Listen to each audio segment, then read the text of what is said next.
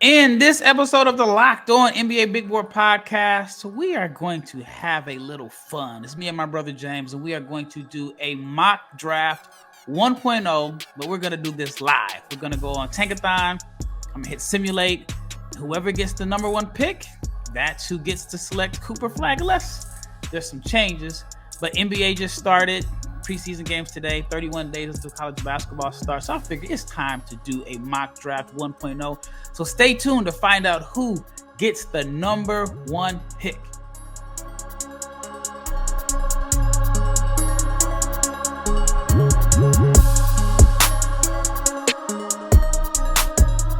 Big shout out to each and every person that has made the Locked On NBA Big Board Podcast your first listen of the day. I'm your host, Rafael Barlowe.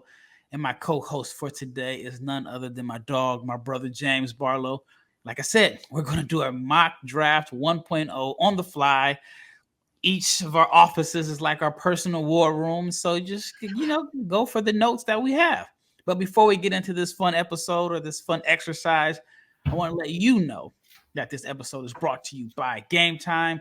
Download the Game Time app, create an account, use the code LOCKEDONNBA, and you can get $20 off your first purchase. And I got a disclaimer for you. The views and the opinions expressed in this video are our thoughts as of today and are always up for debate and subject for change. The content and opinions contained in this video are not intended to malign any player. It is just our thoughts and our opinions. And the reason I added that disclaimer, and I'm partly, being half silly here. But when you do mock drafts or big boards, people go crazy. It creates the most dialogue. But man, when someone disagrees with you, they have, they talk tough behind the computer. Yeah, man. User XYZ28, man, whoever he is, and called me all kind of names. Yeah. I remember I was on a podcast for the Knicks, and this was probably in like August, July. And I was like, yo, they got to trade Julius Randle, man. They got to figure out that center position. Dude called me an idiot, man. And he's, what do you know? Julius averaged 5 assists. He's not a ball stopper. If I knew his name, man, I'd call him out. But, hey. Knicks fans, they have such a massive fan base across the world. You're going to offend 20% of them, no matter what take that you make. I mean, if they love what you said, they'll love you. But and they're knowledgeable too. The Knicks fan base is very, very knowledgeable. All right, you ready for this exercise? Yeah, man, let's go. All right, you know what? I'll be the generous big brother. I'm taking the first pick in the draft. Not generous at all. I'm taking the first pick in the draft. I'm going to make it easy. But before I take this first pick, man, we got to see. I'm going to log on here and see who gets the first pick according to Tankathon. All right, you ready for this? I'm ready, man. Let's go. Who do you think? Like, if you had I think the odds, right? Like, as of right now, what team? It's got to be the Nets, right? The team that you think has the best odds to get the first pick, or the team that is either the Nets or the Wizards. Those are the two teams that come to mind that I imagine. It has to be the Nets because they're not good. If you want to put your tinfoil hat on, it's a large market. Why not put Cooper Flagg in Brooklyn, right? Yeah, I don't go by that. I don't care about that stuff either, but a lot of people. Zion would have not been in New Orleans if Anthony Davis left that same summer. That was kind of tinfoil hat. James says that was a handshake agreement. All right, well, you'll lose a franchise guy, we'll give you another. But there's some conspiracy theorists behind that, but I can even go back to the Durant Oden draft. They had the two best guys in the Pacific Northwest, and one of the teams ended up moving. So as of now, according to Tankathon, the odds are the Nets, Wizards, and Pistons have the three best odds, or tied, to get the first pick. The Nets could be that team that get off to a decent start and then they tear it down. Like the Utah Jazz every year? Like the Utah Jazz. I could see in a crazy world where Ben Simmons looks like Ben Simmons for a little while. Cam Thomas gets a couple 40-point games, and then all of a sudden they got to move. I don't know. I mean, I think they're gonna move Dorian Finney-Smith. They have to be like one of the favorites to have the worst record, but for some reason I think they could actually like get off to a pretty decent start, because guys are either going to be playing to get out of there, playing for a contract, and they don't have like a bunch of like bad young pieces. So all right, let's get this going. All right, here we go. All right, Tankathon. You see, if you're watching on YouTube, okay, if you're watching on YouTube, the Toronto Raptors, who, according to Tankathon, only had a 26% chance win the lottery. So you have the Toronto Raptors at number 1, the Detroit Pistons at 2, Portland Trail Blazers at 3, the Utah Jazz at 4, the Nets fall down to 5. Put this back up. The Nets fall down to 5. The Wizards at 6, the Charlotte Hornets at 7, Chicago Bulls at 8, San Antonio Spurs at 9 and 10 with the Hawks pick, the Oklahoma City Thunder in the lottery again with the Rockets pick at number 11. And then they have the Sacramento Kings, LA Clippers, and New Orleans Pelicans. Interesting. Toronto Raptors. All right, I'm on the clock for the Toronto Raptors. And with the first pick, I am going with Cooper Flagg. Pretty easy choice for me there. What are your thoughts on the Cooper Flagg based off of the way the roster is constructed right now? How does he fit with Scotty Barnes? That's great. Him and Scotty Barnes together, who cares about who plays the 3 or the 4? I mean, shoot, why not? That's a lot of length, a lot of defensive potential, a lot of big playmaking. Couldn't ask for a better outcome if you're the Raptors. Yeah. You got box office. You got some buzz coming in. So yeah, I agree. All right, with the number 2 pick, you have. I'm gonna go with Dylan Harper right here. All right, you're going with Dylan Harper at number 2 if you're the Pistons. So that's like, what is that? Like a point guard or a ball handler in 3 of the last 4 drafts, if I'm not mistaken. Check this out. I only got one that I trust. So, and I think Jaden Ivey's probably better off the bench. Yeah, we're going to go Dylan Harper and Cade, and we're just going to go 6'6" playmakers on the perimeter. All right, so if you're going with Harper at number 2, how does that impact guys like Jaden Ivey, Ausar Thompson? How does that impact, or does it even matter to you? I like Jaden Ivey. Jaden Ivey's best game was when Cade was out. I think Jaden Ivey is probably best as a 6-man, or maybe you could move him because you think that. I mean, he's shown flashes that he does have talent. I think he was at like 19 a game when he doesn't play with Cade Cunningham. So maybe you want to move him for a piece. Is he a better prospect? Is Dylan Harper a better prospect than him? I think so. As far as Ausar Thompson, Ron Holland, I mean, those guys got to get in where they fit in because they're not really shooters, so I'm not really worried about them. So Dylan Harper is the pick. Hey, we're here in Detroit. We are not picking for fit, man. We need the best players possible, and it's year like whatever it is of a rebuild. We got to just do what we got to do. On the clock is the the Portland Trail Blazers. That's you. And if I'm the Trail Blazers, I am going with Ace Bailey. I mean, I think that's a pretty easy choice there. I'm going Ace Bailey at number 3. So I got Scoot Henderson, I got Ace Bailey, I got Shaedon Sharpe, I got Donovan Clingan. I think that is a pretty decent foundation, for a Blazers fan to be excited about, to sell some tickets. So, you have any comments about Ace Bailey going to Portland?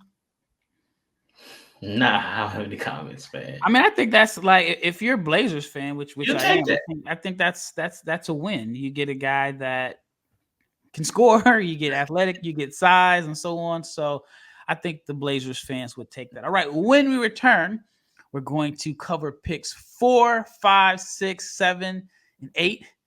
And on the clock is the Utah Jazz. So before we get into the Utah Jazz, we have to let you know that this episode is brought to you by Game Time. And Game Time is my absolute favorite app when it comes to purchasing tickets. Why is Game Time my favorite app when it comes to purchasing tickets? Because, number 1, they have all-in prices. All you have to do is toggle this feature up front, and you get no surprise fees at checkout. And with Game Time, you can purchase tickets for sports, comedies, theaters, and plays, and more.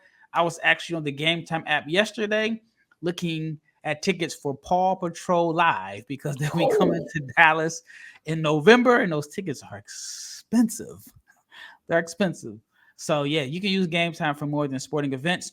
What I love about Game Time is that you get a panoramic view from your seat in the app before you buy, and they will credit you 110% of the difference because they have a lowest price guarantee. So if you find a ticket cheaper, you get 110% of the difference. And your purchase is covered with the most flexible customer service policy in the ticketing industry. So take the guesswork out of buying tickets with Game Time. Download the Game Time app, create an account, use the code LOCKEDONNBA for $20 off your first purchase. Terms apply. Again, create an account, use the code LOCKEDONNBA for $20 off. Download Game Time today. What time is it? Game time. Once again, thank you for making the Locked On NBA Big Board Podcast your first listen of the day. Now, for your second listen, you got to check out Locked On Fantasy Basketball. Josh Lloyd will help you win your fantasy basketball championship. I know James is heavy in fantasy basketball. I used to be. I don't play it as much anymore. But if I do play, which I'll probably play this year, I'm definitely going to be checking out Josh Lloyd's picks. All right, back to picks for Mock Draft 1.0. Again, this is an exercise we're doing it live here. We haven't, I mean, we know the players, and we just kind of did a random sim on the lottery. The first pick went to the Raptors. That was Cooper Flagg. The second pick, the Detroit Pistons. James had Dylan Harper. I selected for the Portland Trailblazers, and I had Ace Bailey. James, you are on the clock. You are picking for the Utah Jazz. Hold on. I got to take a call. Hold on. Leaf told me to take Nolan Trayor, number 4. I know that's his guy. Shout out to Leaf. So Nolan Trayor. So do you think that he could be the Jazz's point guard of the future? I've read that they were looking for a point guard last year. I still think Keontae has. Listen, him and Keontae can play together, man. We can do both. In today's NBA, you need guys who can do both. Play off each other, play with the basketball. We're going with Traore here. Shout out to Leaf. I know that's who he would have wanted. So, and that's what I like too. Traore, 4, okay. Utah. All right. I am on the clock again, as you can see the graphic. I am picking for the Brooklyn Nets. That's where it gets interesting. And if I'm picking for the Nets here at number 5, I don't think it's too hard of a choice for me. I think I'm going to go with VJ Edgecombe. He's going to go back home to New York. He's from the Bahamas, man. Well, I mean, he played high school basketball in New York. So he's familiar with the area. I think the fans would, approve of that pick. And, of course, it's early. We don't know how he's going to play at Baylor. But I think right now, if you're the Nets, you get you an athletic wing that can, score. I mean, hey, if you're the Nets and you get whatever you need, you saw how Edgecombe played in the FIBA qualifiers, you have to be excited to see him fall to you at number 5. So I have the Brooklyn Nets selecting VJ Edgecombe, an athletic wing from Baylor. All right, James, you are on the clock at number 6. It is the Washington Wizards. The French point guard is already off the board, so you can't add another Frenchman to the roster. Are you sure about that? Are you sure? Unless you got somebody you want to move up there. You know what? I'm going to go with, I don't care what people think. I'm James Barlowe. I'm going to reach right here. Stretch out. We're going with Noah Esimge. Oh, so you really going French. Yeah, because check this out, right? Alex Sarr needs to play the 5. I was tempted to go with Malou out here, but Alex Sarr, I think they're going to pour the water on his face. He's going to come to his senses and figure out at the 5, he is at his best. I like Noah Esimge. He's 18. He has a ton of talent, and the jump shot is getting better. I'm going to reach right here. Why he's shooting 50% from 3. Again, it's a small sample size. I think he's 3 of 6 from the floor.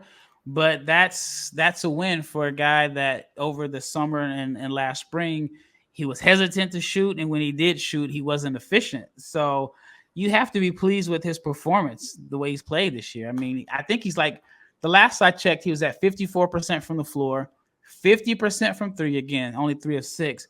However, he's getting to the free throw line 6.5 times per game as a 17-year-old playing professional basketball. Listen, him and Bub Carrington in pick and roll, I'm telling you, because Asenge is a play finisher. We saw in Dubai, he can grab and go. Like, he's still putting it together. He's got a lot better since we saw him at Dubai, man. I really like youngster. What do you think his position is, though? 4. You think he's a 4? Yeah. See, that's the one concern I have about him, is that I do think that his best advantage is at the 4, but he's under 200 pounds right now. And of course, 17. He's obviously going to fill out his body eventually. He's only 17 years old. But I just wonder, like, the early minutes with his style of play, how is it going to look? But if you're Washington Wizards, we ain't got nothing to lose. I'm telling you, that's the one right there, Rob. All right, so let's give a recap again. So at number 1, we got the Raptors with Cooper Flagg. Number 2, the Pistons, Dylan Harper. 3, the Blazers with Ace Bailey. Number 4, the Jazz go with Nolan Traore. The Brooklyn Nets go with VJ Edgecombe at 5. Number 6, James has another Frenchman to the Washington Wizards. At number 7, Les Wizards. At number 6. At number 7, I got the Charlotte Hornets. I'm still going to believe in Mark Williams as my 5. All right. You got Brandon Miller. You got LaMelo Ball. You got T-John Salon. I think I'm going to go with a bucket getter. I'm going to go with Trey Johnson from Texas at number 7 if I'm the Charlotte Hornets. I like it. I think it'll work out for him. Now, again, I'm pro Trey Johnson as the pick and roll ball handler. How does that work long term in Charlotte? I don't know. But at the same time, if he's a bucket getter and that's all he ends up becoming, then you may need him off the bench to be that kind of bucket getter and see if he evolves into something else. I think he can shoot the ball and catch and shoot opportunities. So maybe you play all 3 of them together at some point.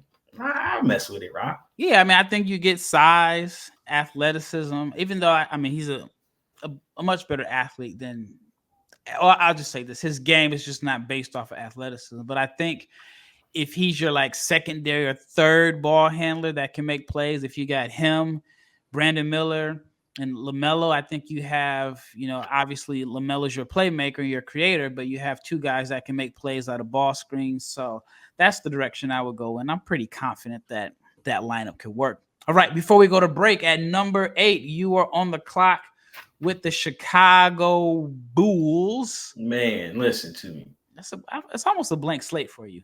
Team AAU is not really feeling me right now because I'm going international again. I'm going to go Common Malawouch here at number 8 for Chicago. Vucci Main getting old. They need everything. So, yeah, we'll go with Malawouch at the 5 here. Or, pick number 8 to be the center of the future.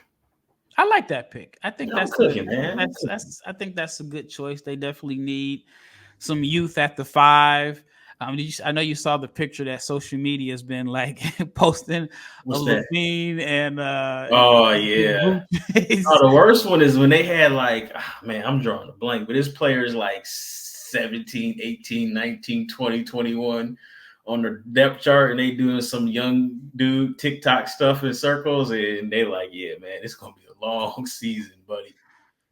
Well, they had one picture. I'm like, how many guards and wings do they have on the roster? It was like Giddey, Kobe White. It was Lonzo Ball. It was Desumo.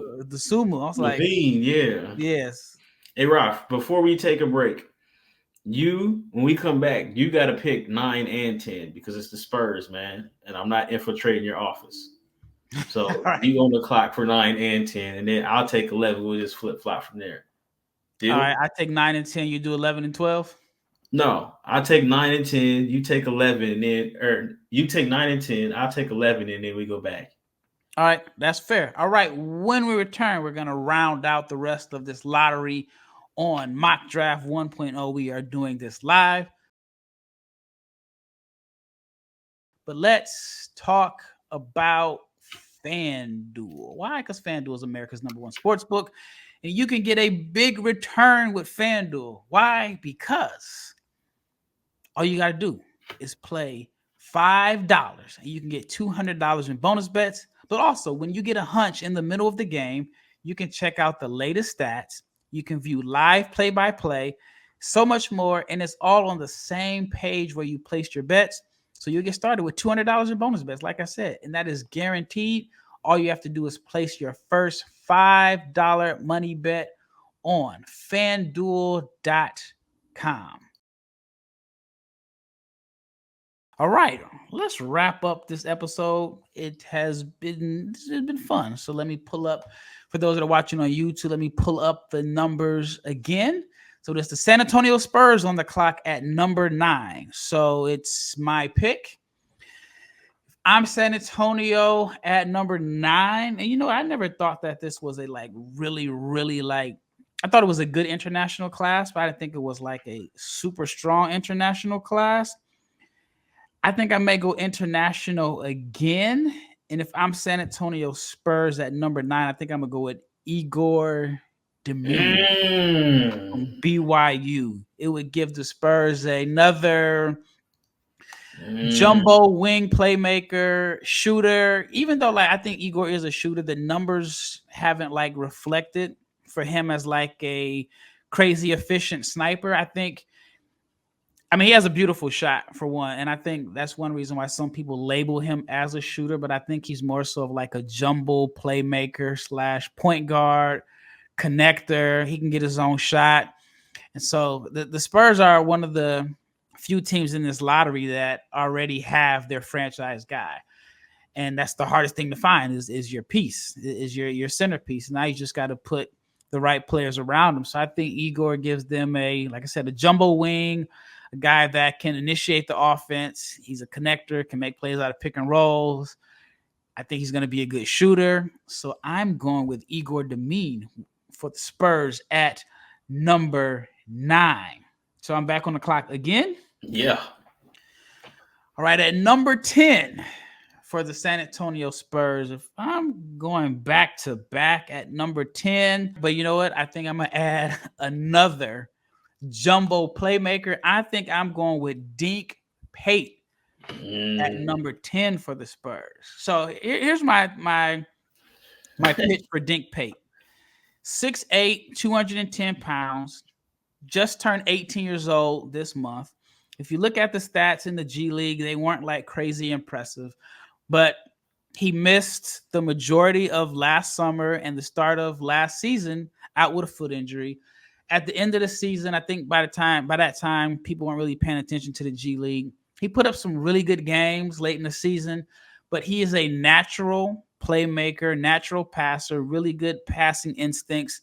The shot is still a work in progress, but I don't think you can have enough guys that are 6'7", 6'8", 6'9", that can handle the ball and make plays.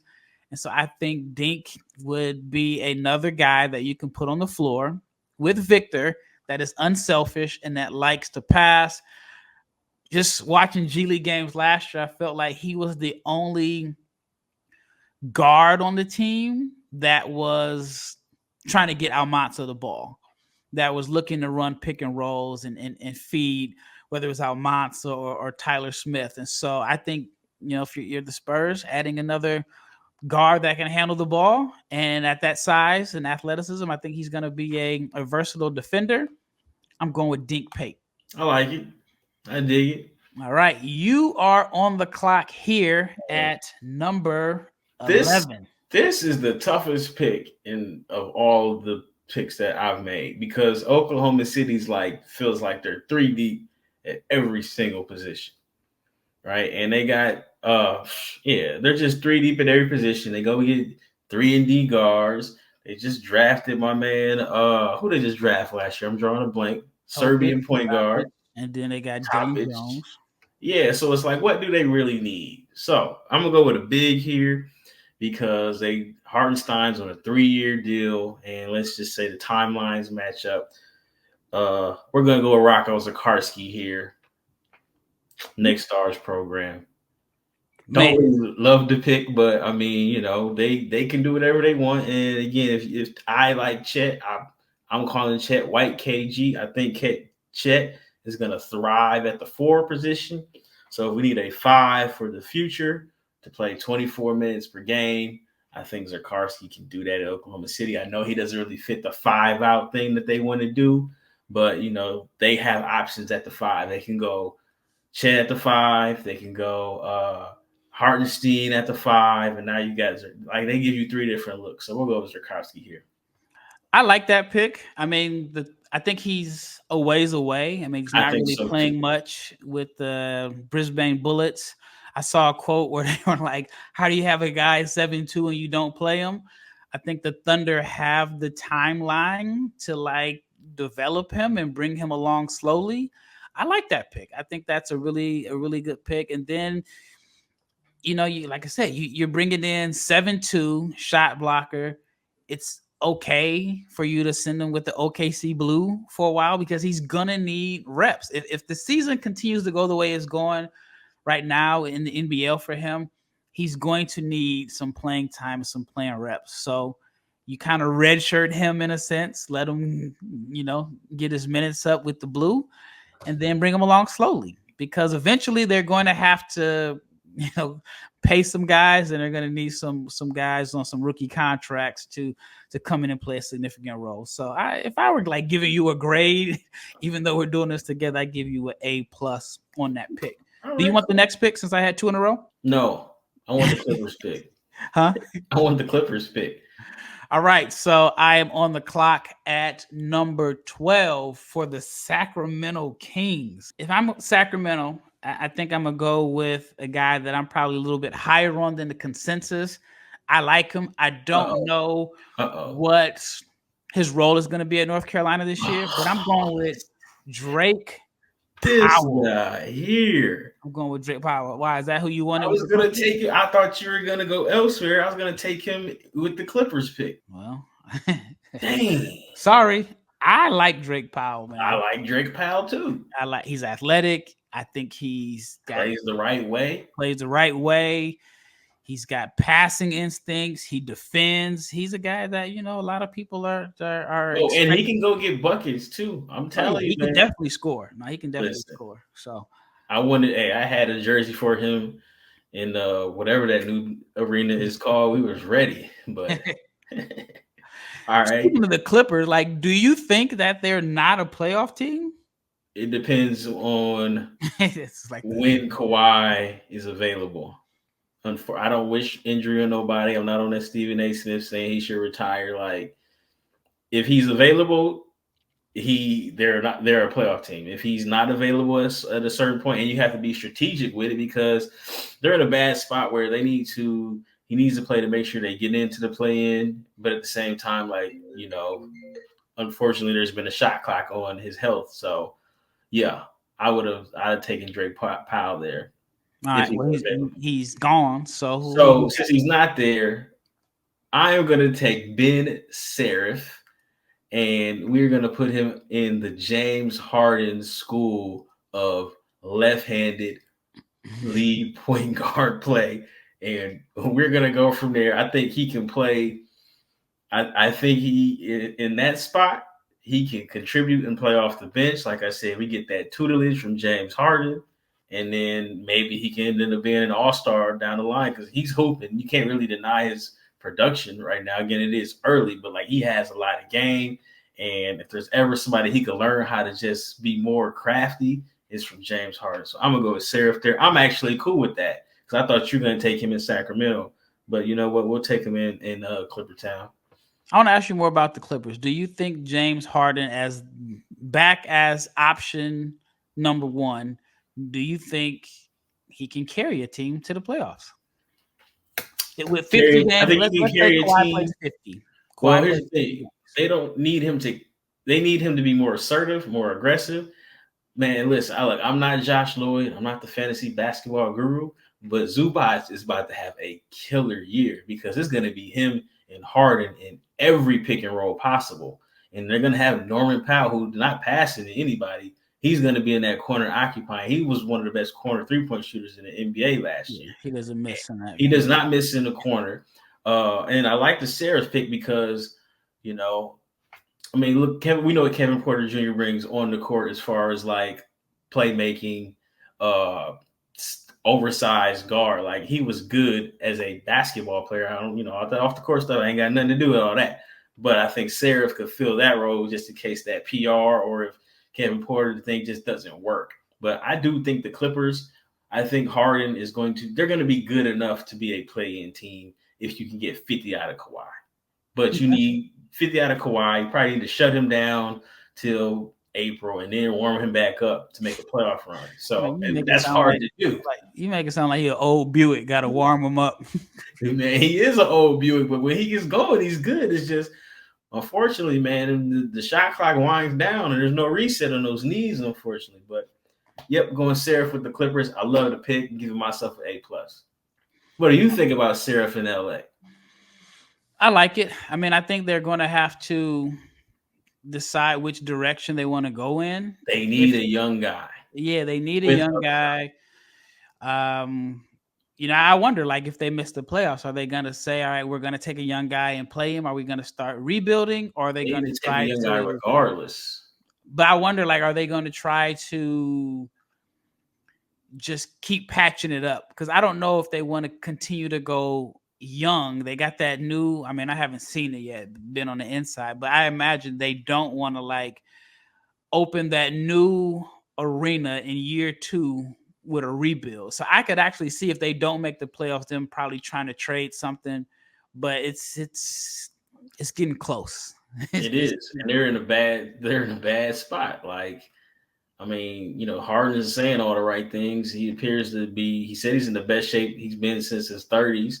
So, I mean, we'll see. But I think they absolutely have to go with a young guy with upside, not a young guy to play a role. And that's why I like Drake Powell, because I think Drake Powell has a ton of game, and he should be, well, people think he will be available at 13 if the Clippers pick at 13.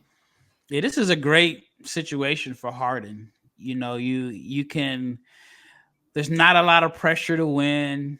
You can play the way that you played in Houston.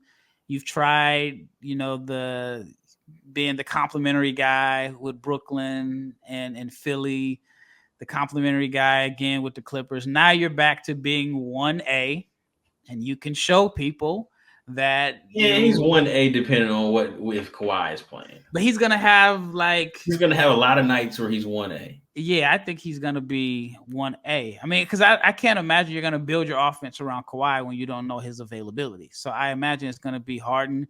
And so for him, he just signed like a 3-year deal or whatever. I think so. And I know he probably wanted more money. Now he can go and show like, hey, I'm still the James Harden from Houston. Because, you know, everybody says he lost a step. And I think he lost a little bit of a step. But anyway, the New Orleans Pelicans. Tankathon has them missing the playoffs. And if I'm the Pelicans. Please, Rob, take this. Please, Rob. If I'm the Pelicans, I'm going to go with the guy that everybody is talking about right now as being like the hot name in draft circles. I'm going back to Duke. You know, there's a Duke connection with the Pelicans from Zion Williamson to Brandon Ingram, if he's still there. Well, Trajan Langdon is gone. He's in Detroit. I'm going to go with Knepel. He's the guy that I have not heard anybody that has been to a practice say I've heard that he's been at the minimum second best player. I'm not knocking Knepel, but you already have Jordan Hawkins. Right? Yep. And you need a 5. Derek Queen was there. You think Derek Queen's well, I know you think he's a first-round pick. But absolutely. Why wouldn't he be? Yo, again, if his name is Derek Queenovich with the passing and the rebounding and the post skills. It's crazy. He's not even on. I haven't seen him on any first-round boards. Yo, trip, man. That dude got it. He got it. Well, that wraps up this episode of the Locked On NBA Big Board Podcast. We did a mock draft 1.0. We covered the lottery. Stay tuned. We have another one coming. But we're going to round out the rest of the first round. I imagine James has Derek Queen on his board. Why wouldn't you? But, I may snatch him before James gets a chance to do it. So stay tuned for the next episode of the Locked On NBA Big Board Podcast, where we are going to cover picks 15 through 30. Once again, thank you for making this your first listen of the day. Now, for your second listen, you got to check out Locked On Fantasy Basketball Guru Josh Lloyd, because he's going to help you win your league. You can find Locked On Fantasy Basketball on YouTube or wherever you get your podcast. Like I said, it's Rafael Barlowe with James Barlowe, and we are out of here.